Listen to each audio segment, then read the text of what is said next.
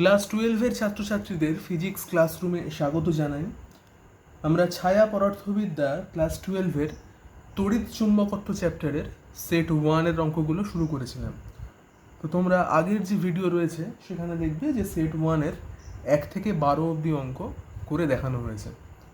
তো আজকের ভিডিওতে আমরা তড়িৎ চুম্বকত্ব চ্যাপ্টারের সেট 1-এর 13 নম্বর অঙ্ক থেকে দেখানো শুরু করব। তো চলো আজকের ক্লাস আমরা শুরু করি। দেখে নেব 13 নম্বর অঙ্কে কী বলছে। তো এখানে রয়েছে যে একটি আলফা কণা ও একটি প্রোটনকে স্থির অবস্থা থেকে একই বিভব পার্থক্যের মধ্য দিয়ে ত্বরান্বিত করা হলো। দুটি কণাই লম্ব অভিমুখী সমপ্রাবল্যের চৌম্বক ক্ষেত্রে প্রবেশ করলো। তাদের বক্রতা ব্যাসার্ধের অনুপাত নির্ণয় করো। তো এখানে কি বলছে দেখো, এখানে বলছে যে একটা চৌম্বক ক্ষেত্র রয়েছে যেটা লম্বভাবে রয়েছে এবং তার সঙ্গে সমকোণে একটি আলফা কণা এবং একটি প্রোটন কণাকে ত্বরান্বিত করা হয়েছে। তো এক্ষেত্রে আমাদের প্রশ্ন হচ্ছে যে ত্বরান্বিত করার ফলে দেখা যাবে তাদের মধ্যে একটা সঞ্চার পথ তৈরি হবে। তো সেই সঞ্চার পথের বক্রতা ব্যাসার্ধ আমাদের এখান থেকে নির্ণয় করতে হবে। তো আশা করি তোমরা এই চ্যাপ্টারে সবাই সাইক্লোট্রন ব্যাপারটা কি পড়েছো। সেখানে আমরা সাইক্লোট্রন কম্পাঙ্ক পড়েছি এবং সাইক্লোট্রনের মধ্যে যখন কোনো আহিত কণা ঘুরে বেড়াচ্ছে তো তখন দেখবে যে সেটা বৃত্তপথে ঘোরে। তার কারণ চৌম্বক ক্ষেত্রের সঙ্গে যখন আহিত কণাটা সমকোণে থাকে বা সমকোণে গতিশীল হয় তো তখন যেটা হয়, ফ্লেমিংয়ের বামহস্ত নিয়ম অনুসারে দেখা যাবে যে ওই কণার গতি একটা সমবৃত্তীয় গতিতে পরিণত হবে। তো এখানেও সেই জিনিসটা হবে।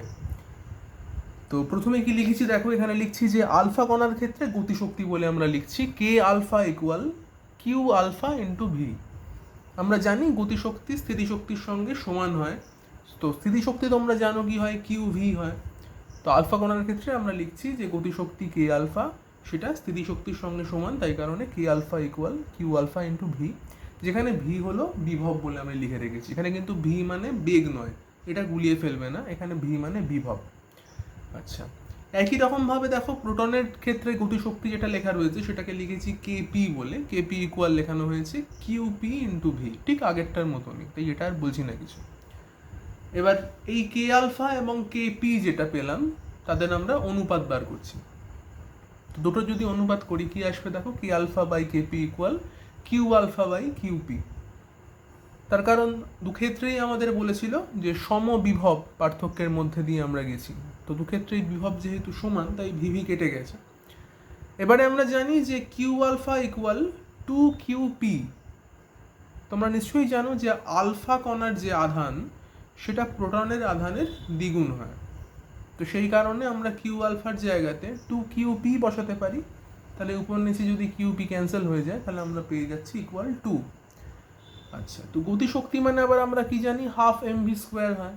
তাই জন্য আমরা কে আলফার জায়গায় লিখতে পারছি half M alpha V alpha square.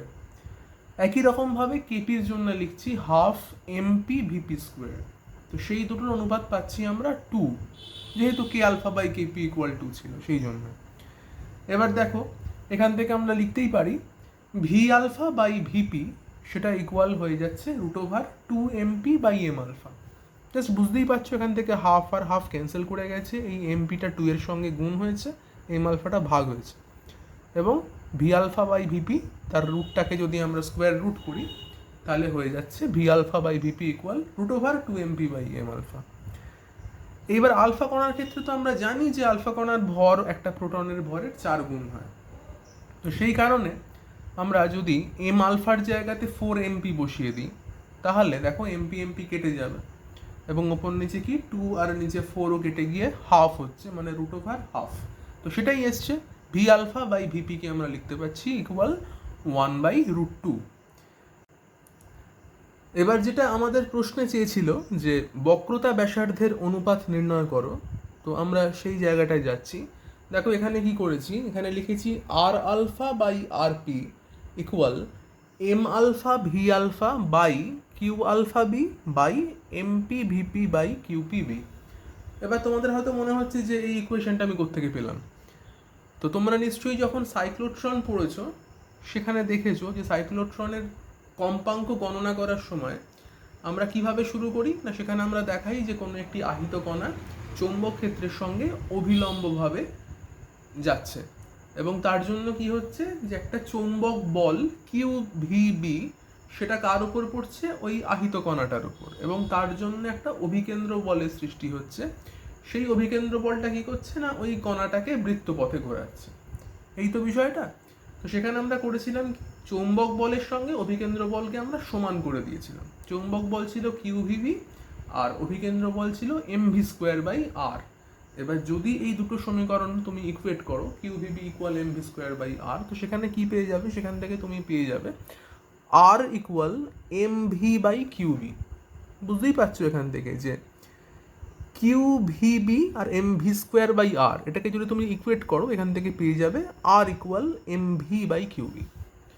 বেশ, তো এখানে দেখো একটা আলফা কণার জন্য এই বিষয়টা ঘটেছে আর একটা প্রোটনের জন্য এই বিষয়টা ঘটেছে। সেই কারণে আমরা দুটো আরকে আলফা আর পি এই দুটো চিহ্ন দিয়ে মেনশন করছি, আর আলফা বাই আর পি লিখেছি, ওদিকে এরকমভাবে এম ভি বাই কিউ বির জায়গাতে আমরা সাফিক্সে উপরটায় আলফা বসিয়েছি, নিচে পি বসিয়েছি, মানে যেটাতে আলফা এবং প্রোটন আমরা বুঝতে পারি কোনটার জন্য কি হচ্ছে।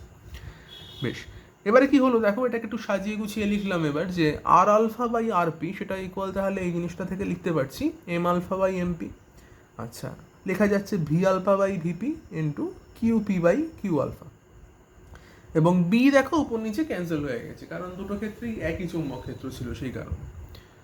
তো এইবার আমরা মানগুলো বসাতে পারি। আমরা জানি যে এম আলফা কত হয়, এম আলফা মানে হচ্ছে 4 এমপি, তো উপর নিচে এমপি এমপি ক্যান্সেল হয়ে গেলে 4 থাকছে।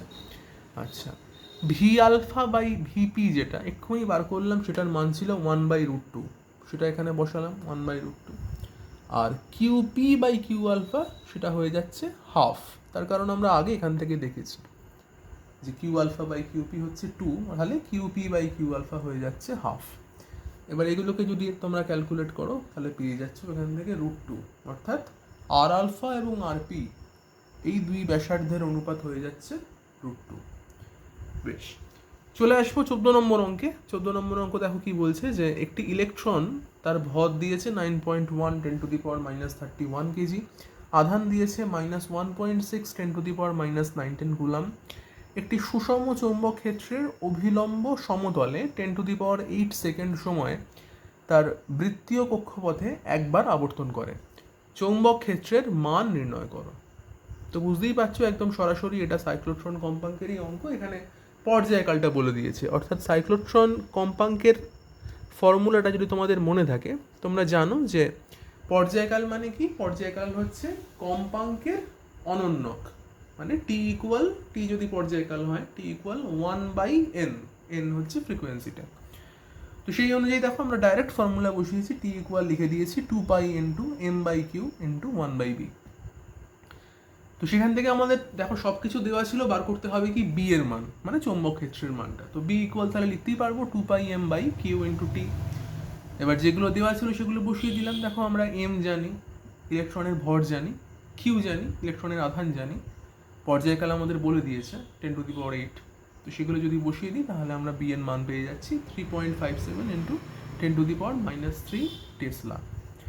অর্থাৎ এই অঙ্কটা একটা জিনিস বলে রাখি, সেটা হচ্ছে যে ইলেকট্রনের দেখো এখানে ভর এবং আধান আমাদের প্রশ্নে বলে দিয়েছে। পরীক্ষায় এমনও হতে পারে যে ভর এবং আধান বলে দিল না, তার কারণ ইলেকট্রনের ভর এবং আধান আমাদের কিন্তু মনে রাখার কথা, মানে এটা আমাদের জানার কথা। তো সেই কারণে এমন হতেই পারে পরীক্ষায় তোমার হয়তো ভর এবং আধান বলে দিল না, শুধুমাত্র বলে দিল পর্যায়কালটা, মানে 10⁸ সেকেন্ড যেটা এখানে দেওয়া হয়েছে সেরকম একটা কিছু পর্যায়কাল শুধু বলে দিল। তো কনফিউজ হওয়ার কোনো ব্যাপার নেই, আমরা জাস্ট এই ফর্মুলাটা দিয়েই অঙ্কটা করব, কারণ এম কিউ 2π সব জানা থাকবে আমাদের, টিটা খালি দেওয়া থাকতে হবে, তাহলেই আমরা কিন্তু বি পেয়ে যাব। দেখে নেব 15 নম্বর অঙ্ক কি বলছে। এখানে বলছে যে একটি 10⁻³ টেসলা মানের সুষম চৌম্বক ক্ষেত্রের অভিলম্বে রাখা একটি 1 মিটার দীর্ঘ তারের মধ্য দিয়ে 2 অ্যাম্পিয়ার তড়িৎ প্রবাহিত হচ্ছে, তারটির উপর চৌম্বক বল কত হবে। তো তাহলে একটা তার রয়েছে যার দৈর্ঘ্য দিয়ে দিয়েছে 1 মিটার, এবং একটা চৌম্বক ক্ষেত্র দিয়েছে যার মান বলছে 10⁻³ টেসলা তার মধ্য, এবং তারের মধ্য দিয়ে বলছে যে একটা 2 অ্যাম্পিয়ার প্রবাহ যাচ্ছে। প্রশ্ন করছে চৌম্বক বল কত। তা আমরা জানি যে চৌম্বক বলের যেহেতু তারের জন্য ফর্মুলা হচ্ছে কি F equal BIL sine theta. এবার ম্যাক্সিমাম ফোর্স কখন হবে? যখন সাইন থিটার মান 90 ডিগ্রি হবে, অর্থাৎ চৌম্বক ক্ষেত্র যখন তারটির সঙ্গে লম্বভাবে থাকবে। তো এখানে সেটাই বলা ছিল, দেখো প্রশ্নে বলেছে চৌম্বক ক্ষেত্রের সঙ্গে অভিলম্বভাবে রাখা একটি তার, অর্থাৎ তাহলে এখানে থিটা 90 ডিগ্রি, তাই জন্য আমরা চৌম্বক বল যেটা পাবো, ম্যাক্সিমাম বল পাবো, সেটার মান কত? F ইকুয়াল ডাইরেক্ট আমরা লিখতে পারছি BIL। এবার এখানে দেখো বি এর মান দেওয়া ছিল 10⁻³ কারেন্ট বলা ছিল 2 অ্যাম্পিয়ার এবং এল বলা ছিল 1 মিটার। তো সেগুলো সব দেওয়া রয়েছে, সেগুলো বসালেই আমরা পেয়ে যাচ্ছি চৌম্বক বলের মান হচ্ছে 2 × 10⁻³ নিউটন। দেখে নেব পরবর্তী 16 নম্বর অঙ্ক। এখানে বলছে যে 20 পাকের একটি আয়তাকার তারকুণ্ডলীর ক্ষেত্রফল 6 সেন্টিমিটার স্কোয়ার, একে 10⁻³ টেসলা মানের একটি সুষম চৌম্বক ক্ষেত্রের সমান্তরালে রেখে 100 মিলি অ্যাম্পিয়ার প্রবাহ পাঠালে এর উপর কি মানের টর্ক ক্রিয়া করবে? তো এটা তাহলে একটা কুণ্ডলীর উপরে যদি আমরা চৌম্বক ক্ষেত্র প্রয়োগ করি তাহলে আমরা জানি যে কুণ্ডলীর উপর একটা টর্ক তৈরি হয়। এরকম একটা জিনিস কিন্তু আমরা এই চ্যাপ্টারে পড়েছি এবং ভীষণ ইম্পর্টেন্ট পরীক্ষার জন্য, এবং এটা বার করতেও আসি যে কুণ্ডলীর উপর যখন একটি প্রবাহ যাচ্ছে কুণ্ডলীর মধ্য দিয়ে এবং একটি চৌম্বক ক্ষেত্র প্রয়োগ করা হয়েছে, বহিস্থ চৌম্বক ক্ষেত্র অবশ্যই, তাহলে কুণ্ডলীর উপর টর্ক অ্যাপ্লাই হয় কত? তোমরা নিশ্চয়ই পড়েছো BIA। এবং যদি সেটা এন পাকের কুণ্ডলী হয়ে থাকে তখন তার উপরে অ্যাপ্লাইড যে টর্কটা সেটা হয়ে যাচ্ছে NBIA। এ হচ্ছে এরিয়া, মানে আমাদের যে কুণ্ডলীটা রয়েছে তার ক্ষেত্রফল, যেটা হচ্ছে দৈর্ঘ্য ইন্টু প্রস্থ। আচ্ছা, I হচ্ছে কারেন্ট, B হচ্ছে চৌম্বক ক্ষেত্র, N হচ্ছে কুণ্ডলীর পাক সংখ্যা। সেগুলো জানা থাকলেই আমরা তাহলে টর্ক বার করে ফেলতে পারবো। তো এখানে কোশ্চেনে কী কী দিয়েছে দেখো, এখানে এরিয়াটা বলছে 6 সেন্টিমিটার স্কোয়ার, তাহলে কুণ্ডলীর ক্ষেত্রফল আমাদের জানা রয়েছে। এবার সেন্টিমিটার স্কোয়ারটাকে আমরা অবশ্যই মিটার স্কোয়ারে কনভার্ট করে নেবো, যেহেতু SI পদ্ধতিতে অঙ্কটা করছি আমরা। তো হয়ে যাচ্ছে 6 × 10⁻⁴ মিটার স্কোয়ার। চৌম্বক ক্ষেত্র B বলা রয়েছে 10⁻³ টেসলা। আচ্ছা, এখানে কুণ্ডলীর পাক সংখ্যা দেখো বলে দিয়েছে 20, তাহলে N ইকুয়াল 20 লিখতে পারছি।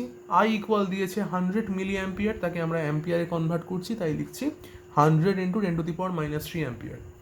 তাহলে টর্ক খুব সহজে বেরিয়ে যাচ্ছে। টর্কের আমরা ফর্মুলা জানি কি হয়, NBIA হয়। তো তাহলে আমরা সমস্ত কিছু বসিয়ে দেবো, NBIA সব মানগুলো আমরা জানি, বসিয়ে দেখো টর্কের মান চলে আসছে 1.2 × 10⁻⁶ নিউটন মিটার। আচ্ছা, চলে যাবো 17 নম্বর অঙ্কে। 17 নম্বর অঙ্ক দেখো কি বলছে যে 100 পাকের একটি বৃত্তাকার তারকুণ্ডলীর ব্যাসার্ধ 5 সেন্টিমিটার, এর সমতলকে 0.01 টেসলা মানের একটি সুষম চৌম্বক ক্ষেত্রের সঙ্গে 30 ডিগ্রি কোণে রেখে 10 অ্যাম্পিয়ার প্রবাহ পাঠালে এর উপরে কত টর্ক ক্রিয়া করবে? ঠিক জাস্ট আগের অঙ্কটা যেটা দেওয়া ছিল, আগের অঙ্কটায় যেটা ছিল যে আমরা চৌম্বক ক্ষেত্রের সঙ্গে সমান্তরালভাবে রেখেছিলাম ওই কয়েলটাকে, এখানে 30 ডিগ্রি কোণ করে রাখা হয়েছে, অর্থাৎ আগের ফর্মুলা একটু চেঞ্জ হবে জাস্ট। আগে ছিল NBIA, এখানে হয়ে যাচ্ছে NBIA সাইন থিটা।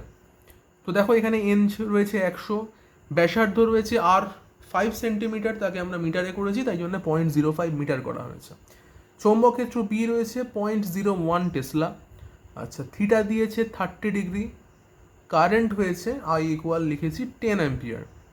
আচ্ছা, এখানে তাহলে আমাদের কিন্তু ক্ষেত্রফলটা দেওয়া ছিল না, তাই জন্য ক্ষেত্রফল আমরা বার করবো πr² করে। তার কারণ এখানে কয়েল যেটা ছিল, কুণ্ডলী যেটা ছিল, বলেছিল বৃত্তাকার কুণ্ডলী, তো বৃত্তাকার কুণ্ডলীর ক্ষেত্রফল কি হয়? πr² হয়, এবং আমাদের ব্যাসার্ধ দেওয়া ছিল, তাই জন্য আমরা πr² করলাম। আচ্ছা, তাহলে টর্ক কত হচ্ছে? নিশ্চয়ই NBIA সাইন থিটা হবে এক্ষেত্রে, যেহেতু অ্যাঙ্গেলটা বলে দেওয়া ছিল। তো সমস্ত মানগুলো দেখো এখানে আমরা বসিয়ে দিলাম, বসিয়ে আমরা পেয়ে যাচ্ছি টর্কের মান হচ্ছে 0.039 নিউটন মিটার।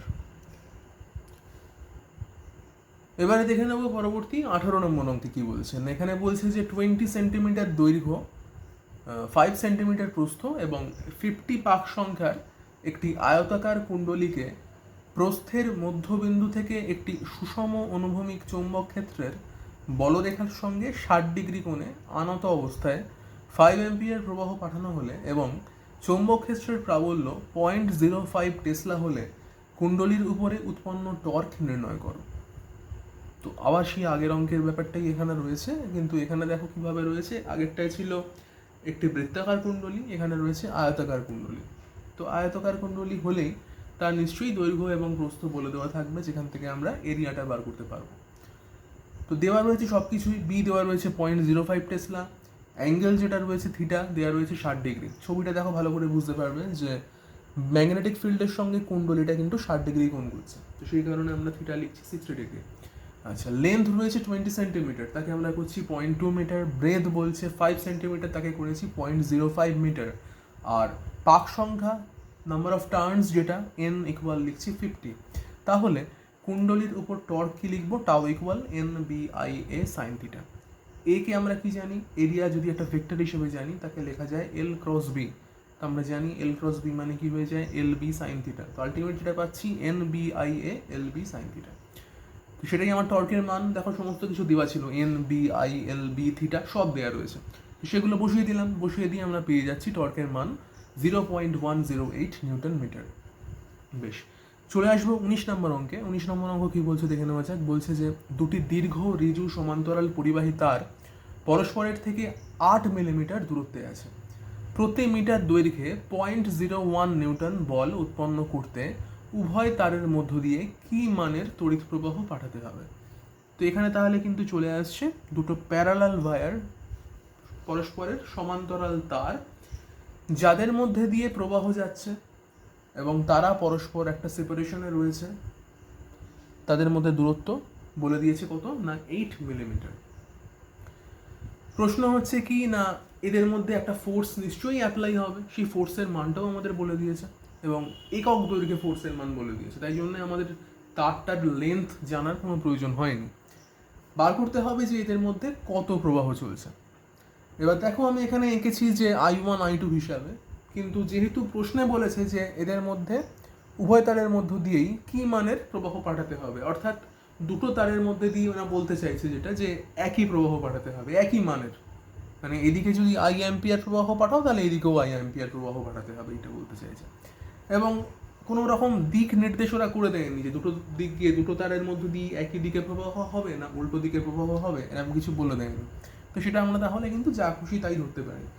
দুটো তারের মধ্য দিয়ে একদিকে প্রবাহ হলেও যে ফোর্স হয়, বিপরীত দিকে প্রবাহ হলেও কিন্তু ফোর্সের মান একই থাকে, শুধু দিকটা বদলে যায়। তো এখানে দিকের কোনো উল্লেখ কিছু নেই, তাই জন্য আমরা জাস্ট ধরে নিচ্ছি একদিকেই প্রবাহ হয়েছে। আচ্ছা, কি করেছি দেখো অঙ্ক শুরুতেই R ইকুয়াল ছিল 8 মিলিমিটার, তো সেটাকে নিশ্চয়ই আমরা মিটারে কনভার্ট করবো, তাই জন্য 8 × 10⁻³ মিটার করছি। আচ্ছা, I1 ইকুয়াল I2কে আমরা ধরে নিচ্ছি I, দুটোই সেম কারেন্ট যেহেতু, তাহলে ফর্মুলা যেটা হয় আমাদের একক দৈর্ঘ্যের ক্ষেত্রে ফর্মুলা হয়ে যাচ্ছে F equal μ0/4π two I1 I2 by R। এবার যেহেতু I1 I2 দুটোই I, তাই জন্য I স্কোয়ার করছি। তাহলে কি হলো? F equal μ0/4π two I square by R। এখান থেকে আমরা I এর মান পেয়ে যাচ্ছি। I এর মান তাহলে কত? I হয়ে যাচ্ছে √4π RF/2μ0। আচ্ছা, μ0 মান বসাচ্ছি। μ0 মান হচ্ছে 4π 10⁻⁷। তাহলে উপর নিচে 4π ক্যান্সেল হচ্ছে, আর বাকি দেখো সব দেওয়া ছিল আর এফ এগুলো দেওয়া রয়েছে, আর নিচে তো 2 × 10⁻⁷ রয়েছে। সেগুলোকে যদি আমরা কেটে দিই বা ক্যালকুলেশন করে আমরা পেয়ে যাব 20 অ্যাম্পিয়ার। অর্থাৎ দুটো তারের মধ্য দিয়ে যদি 20 অ্যাম্পিয়ার করে প্রবাহ যায় প্রতিটির মধ্য দিয়ে, তাহলে প্রতি একক দৈর্ঘ্যে বা প্রতি মিটার দৈর্ঘ্যে আমরা 0.01 নিউটন বল পেয়ে যাব। নেক্সট দেখবো যে 20 নম্বর অঙ্ক কি বলছে। 20 নম্বর অঙ্কে বলছে যে X ও Y দুটি দীর্ঘ সমান্তরাল পরিবাহী তার বায়ুতে পরস্পর থেকে 2.5 সেন্টিমিটার ব্যবধানে রাখা আছে। এদের মধ্য দিয়ে যথাক্রমে 5 অ্যাম্পিয়ার ও 2.5 অ্যাম্পিয়ার বিপরীতমুখী প্রবাহমাত্রা পাঠানো হচ্ছে। Y তারের 10 সেন্টিমিটার দৈর্ঘ্যে ক্রিয়ারত বলের মান ও অভিমুখ নির্ণয় করো। অর্থাৎ এখানে দুটো তার দেখো রয়েছে X আর Y, আমরা সেভাবেই ছবি এঁকেছি, একটা X তার একটা Y তার। X এর মধ্য দিয়ে যাচ্ছে 5 অ্যাম্পিয়ার প্রবাহ, Y এর মধ্য দিয়ে যাচ্ছে 2.5 অ্যাম্পিয়ার প্রবাহ। বলেছে পরস্পরের বিপরীতমুখী আছে তারা, তাই সেভাবে আমি একটাকে উপর দিকে দেখিয়েছি, একটাকে নিচের দিকে দেখিয়েছি।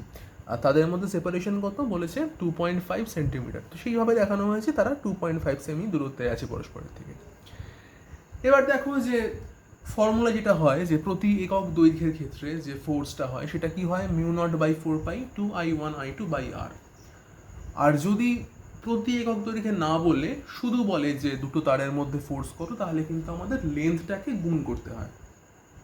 বা এভাবেও ভাবতে পারো যে প্রতি একক দৈর্ঘ্যের ফোর্সের সঙ্গে আমাকে যে তারের লেন্থের জন্য ফোর্স বার করতে বলেছে আমি সেই লেন্থটাকে জাস্ট ওই একক দৈর্ঘ্যের ফোর্সের সঙ্গে গুণ করে দেবো, এটাই আমাদের নিয়ম। তো এখানে প্রতিটা তারের দৈর্ঘ্য কিন্তু আমাদের জানায়নি, যে এক্স এর দৈর্ঘ্য কত, ওয়াই এর দৈর্ঘ্য কত, এগুলো কিন্তু আমাদের বলে দেয়নি। শুধু বলছে যে ওয়াই তারের 10 সেমি দৈর্ঘ্যে, অর্থাৎ তারটা কিন্তু 10 সেমি দৈর্ঘ্যের নাও হতে পারে। এটুকু বলছে যে 10 সেমি দৈর্ঘ্য অনুযায়ী কত ফোর্স ওয়াই এর উপর অ্যাপ্লাইড হবে। তো সেই অনুযায়ী আমরা কি করছি দেখো, আমরা এখানে প্রথমে অঙ্কটা শুরু করছি আর ইকুয়াল 2.5 সেমি ধরে, কারণ সেমি রয়েছে ওটাকে মিটারে কনভার্ট করতে হবে। করে কত পেয়েছি, 0.025 মিটার। লেন্থ রয়েছে 10 সেন্টিমিটার, তাকে করছি 0.1 মিটার। বেশ, তাহলে ওয়াই তারের প্রতি একক দৈর্ঘ্যের ওপর বল আমরা যেটা পাচ্ছি μ0/4π2y1i2/r, মানগুলো বসিয়েছি দেখতে পাবে। বসিয়ে পেয়ে যাচ্ছি এফ এর মান কত, 10⁻⁻4 নিউটন পার মিটার। তাহলে ওয়াই তারের 10 সেমি দৈর্ঘ্যে ক্রিয়ারত বল কত, ঠিক এটার সঙ্গে আমরা যদি তাহলে 0.1 গুণ করি, 10 সেমি ছিল, সেমিকে মিটারে নিয়ে গেলে ওটা 0.1 হয়ে যায়, 0.1 মিটার দৈর্ঘ্য। তাহলে 0.1 মিটার দৈর্ঘ্যের জন্য যদি 10⁻⁻4 এত পরিমাণ ফোর্স কাজ করে, তাহলে টোটাল ফোর্স কাজ করছে কত, 10⁻⁵ নিউটন।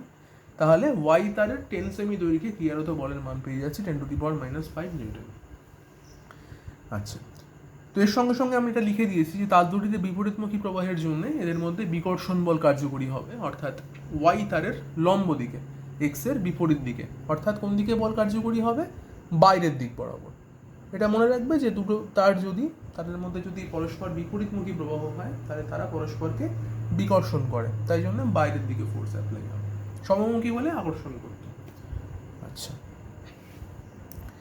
চলে আসবো 21 নম্বর অঙ্কে। 21 নম্বর অঙ্ক কি বলছে, 21 নম্বর অঙ্ক বলছে যে একটি গ্যালভ্যানোমিটারের রোধ 10 ওহম এবং এর মধ্যে দিয়ে 1 মিলিঅ্যাম্পিয়ার তড়িৎ প্রবাহ পাঠালে এতে পূর্ণ স্কেল বিক্ষেপ হয়। এই যন্ত্রটিকে 10 অ্যাম্পিয়ার পর্যন্ত প্রবাহ পরিমাপযোগ্য অ্যামিটারে পরিবর্তিত করতে হলে যে শান্ট ব্যবহার করা প্রয়োজন তার মান কত। তো এরকম ধরনের অঙ্ক কিন্তু আমরা তড়িৎ প্রবাহ এবং ওহমের সূত্র যে চ্যাপ্টারটা পড়েছো সেখানে পেয়েছি, সেখানে নিশ্চয়ই তোমরা শান্ট বিষয়টা পড়েছো। এখানে জাস্ট সেই জিনিসটাই আবার রয়েছে। কি হয়েছে দেখো, এখানে একটা গ্যালভানোমিটার রয়েছে যেটাকে আমরা জি বলে ছবিতে মেনশন করেছি, এবং তার সঙ্গে একটা শান্ট লাগানো হয়েছে। গ্যালভানোমিটারের রোধ বলে দিচ্ছে 10 ওহম। আচ্ছা, গ্যালভানোমিটারের মধ্য দিয়ে কত প্রবাহ যায়, 1 মিলিঅ্যাম্পিয়ার। এটা তাই বলেছে, দেখো বলছে যে এর মধ্য দিয়ে 1 মিলিঅ্যাম্পিয়ার তড়িৎ প্রবাহ পাঠালে পূর্ণ স্কেল বিক্ষেপ হয়, অর্থাৎ আমি গ্যালভানোমিটারটার মধ্যে কিন্তু ম্যাক্সিমাম 1 মিলিঅ্যাম্পিয়ার প্রবাহই পাঠাতে পারবো, তাতেই ফুল স্কেল রিফ্লেকশন হয়ে যাবে। তার বেশি পাঠালে কিন্তু আমরা মেজারমেন্ট করতে আর পারবো না। ফুল স্কেল বিক্ষেপ হয়ে গেলে তো আর তার বেশি পাঠালে আমরা বুঝতে পারবো না যে বেশি গেল কি কম গেল। এবার প্রশ্ন করছে যে এই যন্ত্রটিকে আমরা যদি 10 অ্যাম্পিয়ার পর্যন্ত প্রবাহ পরিমাপযোগ্য একটা অ্যামিটারে পরিবর্তিত করতে চাই, তো যদি আমরা এখানে 10 অ্যাম্পিয়ার প্রবাহ পাঠাই টোটাল সার্কিটটাতে, তো আমি কিন্তু আলটিমেটলি গ্যালভানোমিটারে 1 মিলিঅ্যাম্পিয়ারই চাইবো, এবং আমি চাইবো যে বাকি যে এক্সেস কারেন্টটা হচ্ছে সেটা যেন শান্টের থ্রুতে বেরিয়ে চলে যায়। তাহলে আমাকে কত শান্ট লাগাতে হবে যাতে করে জাস্ট 1 মিলিঅ্যাম্পিয়ার আমার গ্যালভানোমিটারে ঢোকে, বাকিটা শান্টের মধ্য দিয়ে পাস করে যায়। তো কি করছি দেখো, তাহলে আমরা এখানে নিয়ে নিচ্ছি যে আই হচ্ছে 10 অ্যাম্পিয়ার, অর্থাৎ মূল প্রবাহ 10 অ্যাম্পিয়ার। গ্যালভানোমিটার প্রবাহ যাকে আইজি বলে লিখছি সেটা 1 মিলিঅ্যাম্পিয়ার, যেটা আমাদের বলে দিয়েছে, সেই জন্য সেটাকে আমরা ধরছি 10⁻³ অ্যাম্পিয়ার, অ্যাম্পিয়ারে আমরা চেঞ্জটা করছি। আচ্ছা, তো এখান থেকে তাহলে আমরা ব্রাঞ্চ কারেন্টের যে ইকুয়েশন সেটা ব্যবহার করছি, যে আইজি গ্যালভানোমিটার প্রবাহ সেটা ইকুয়াল আমরা লিখতে পারছি আই ইন্টু S/S+G। যারা ব্রাঞ্চ কারেন্টের ফর্মুলা জানো না তাদের জন্য একবার জাস্ট বলে দেবো, ব্রাঞ্চ কারেন্ট মানে হচ্ছে যে এই জি এর মধ্য দিয়ে প্রবাহ যখন আমরা বার করি তার রুল হচ্ছে কি, মূল প্রবাহ যেটা আই সেটা ইন্টু যার মধ্য দিয়ে প্রবাহ বার করছি সেই রোধটাকে না ধরে তার উল্টো দিকের রোধটাকে ধরবো, মানে প্যারালাল যে রোধটা রয়েছে শান্ট, তাহলে শান্টকে উপরে লিখেছি বাই মোট রোধ S+G। এই হচ্ছে আমাদের ব্রাঞ্চ কারেন্টের ফর্মুলা। আচ্ছা, আইজির মান বসিয়েছি দেখো 10⁻³ 1 মিলিঅ্যাম্পিয়ার যেটা ছিল, মূল প্রবাহ কত ছিল, 10 অ্যাম্পিয়ার ছিল, 10 বসিয়েছি, S/S+G, জি ছিল কত 10, তাহলে এখান থেকে এস বার করতে হবে। তো এটা ক্যালকুলেট করে আমরা পেয়ে যাচ্ছি এস এর মান 0.001 ওহম, অর্থাৎ আমরা যদি এসে 0.001 ওহম শান্ট যুক্ত করি তখন দেখা যাবে যে 10 অ্যাম্পিয়ার প্রবাহ পাঠালে শুধুমাত্র 1 মিলিঅ্যাম্পিয়ার প্রবাহই গ্যালভানোমিটারে ঢুকবে, বাকিটা শান্ট দিয়ে কিন্তু পাস করে যাবে।